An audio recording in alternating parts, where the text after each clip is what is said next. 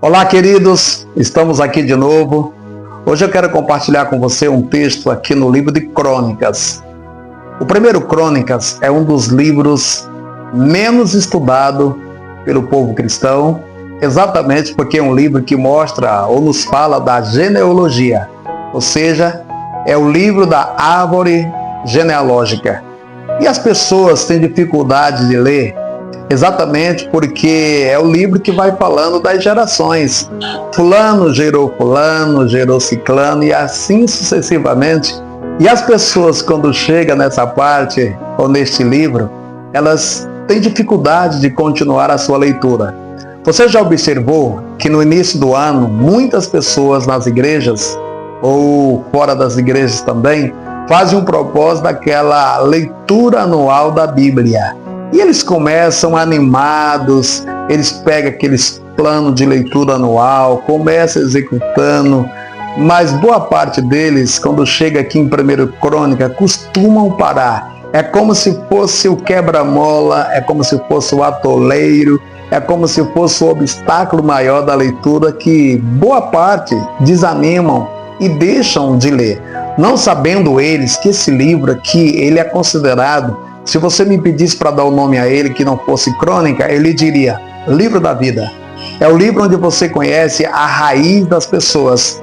Muitos mistérios ou segredos da Bíblia estão aqui em 1 Crônica e muita gente não sabe.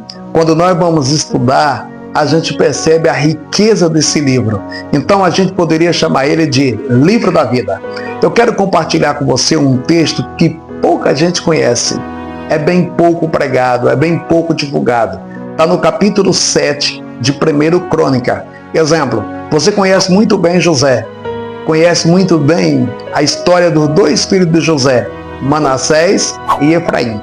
E aqui em Crônica o escritor vai colocando em ordem exatamente isto.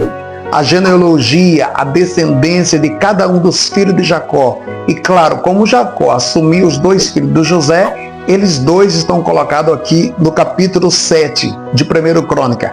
Veja bem, eu quero focar com você no filho dele chamado Efraim. Observa a leitura que eu vou fazer aqui com você. 1 Crônica, capítulo 7, a partir do versículo de número 20. Eu vou ler 2 versículos nesse primeiro momento. Diz assim, versículo 20.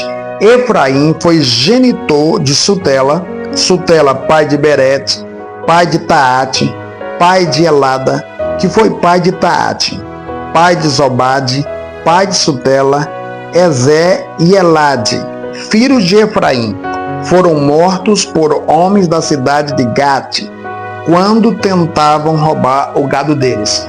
Veja bem, aqui a gente vê a descendência de Efraim, que ele foi um homem próspero, que ele foi um homem extremamente abençoado, teve filhos abençoados. Mas veja, Efraim se tornou um homem próspero em toda aquela região, seus filhos também, criadores de gados, eles eram exatamente fazendeiros prósperos. Mas naquela região de Gate, que todos vocês conhecem, a Bíblia nos diz que os homens daquela cidade, vendo a prosperidade de Efraim e de seus filhos, foram lá para roubar suas riquezas. E claro, os proprietários, que eram os filhos de Efraim, resolveram defender, como todas as pessoas fazem, ao defender sua propriedade, seus bens, seus direitos, sua família, sua casa, e entraram então em guerra, em embate. E os homens de Gate, então, mataram de uma vez todos os filhos de Efraim. Imagine você agora o problema deste moço chamado Efraim, que é filho de José, adotado pelo avô, que é o Jacó. O Efraim agora está com uma vida extremamente arruinada, porque perdeu todos os filhos. Querido, você já viu aquele pai, aquela mãe que tem a infelicidade de ter um filho, ou de ter 2 ou 3 filhos? Nós já ouvimos tantas histórias nesse nosso país de repente o pai de uma vez só perder todos os filhos. Isso foi o que aconteceu com Efraim. A Bíblia diz que o Efraim entra numa crise profunda juntamente com sua esposa, porque agora não tinha mais nenhum filho. De uma vez, em uma tragédia, ele perdeu todos os filhos. Ele poderia ter desenvolvido ali uma revolta contra Deus. Ele poderia estar questionando a Deus: por que, Senhor? Por que o Senhor permitiu? Por que isto veio acontecer exatamente comigo? A minha vida, que era tão boa, de repente, de um dia para a noite, de uma hora para outra, Efraim se encontra em um estado de calamidade. Ele poderia muito bem estar extremamente revoltado com Deus. A sua vida não tinha mais sentido. Ele não tinha mais razão para viver, ele não tinha mais motivo ou razão para sorrir. Ele não queria mais sair à rua, ele não queria mais nem brincar com a sua esposa no que diz respeito à vida íntima do casal. Eles não queriam mais fazer nada. Observe que o versículo de número 22, ele diz assim: Efraim chorou e lamentou durante muitos dias pelo que aconteceu com seus filhos, e seus parentes vieram consolar. Queridos, a partir daquele episódio, a vida de Efraim perdeu o sentido. Ele não queria mais viver. Ele tão somente chorava, lamentava, questionava. Sabe qual é o lado bom disso aqui? É que os parentes dele, os seus irmãos, lá a família de Manassés e seu irmão, vieram consolar. Veja a importância da gente ajudar alguém. Veja a importância de se ter irmão. Veja a importância de se ter bons amigos. Veja a importância de alguém estender as mãos para conosco. Queridos, alguém foi ajudá-lo. Seus irmãos estavam ali para consolá-lo. Seus irmãos estavam ali para lhe transmitir palavras proféticas, palavras de bom ânimo, palavras de vida. Era mais ou menos assim, creio eu. É como se seus irmãos dissessem assim: Efraim, desista não. Efraim, Deus tem propósito. Efraim, Deus vai fazer algo grande na sua vida. Isso não é um acaso, não é o seu final, não é a sua destruição. Queridos, talvez você que está me ouvindo, você esteja passando por algo semelhante. Talvez você perdeu um filho, uma filha, uma esposa. Talvez um episódio trágico aconteceu na sua vida, de você perder tudo aquilo que são os seus bens materiais também, sua riqueza, um acidente, algo que ceifou alguém, ou a sua riqueza que você tanto trabalhou para ter, os seus filhos a quem você tanto ama. Não desista, não entre em crise. Não é o seu final. Aquilo que as pessoas pensam, aquilo que as pessoas dizem: acabou, morreu, não vai conseguir sair, não vai se levantar, se enganam. Sabe o que aconteceu? A Bíblia diz aí, a partir do versículo 23, observem bem o que diz: passado algum tempo, Efraim e sua esposa conceberam, e ela ficou grávida e deu à luz a um filho.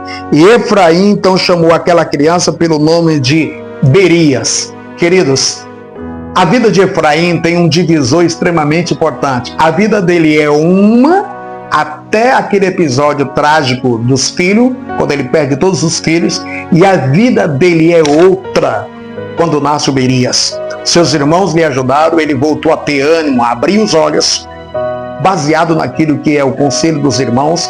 Ele voltou a namorar mais a esposa, a ter sentido, a dar sentido à sua vida.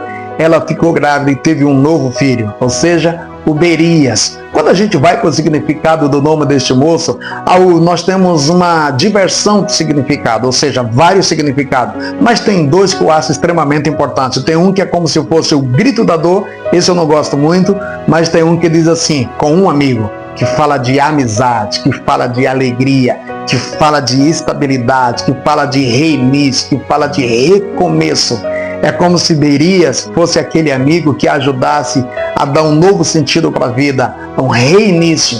Sabe o que aconteceu? Quando você vai lendo todo esse texto, você vai percebendo que a vida de Efraim, baseado no Berias, é outra.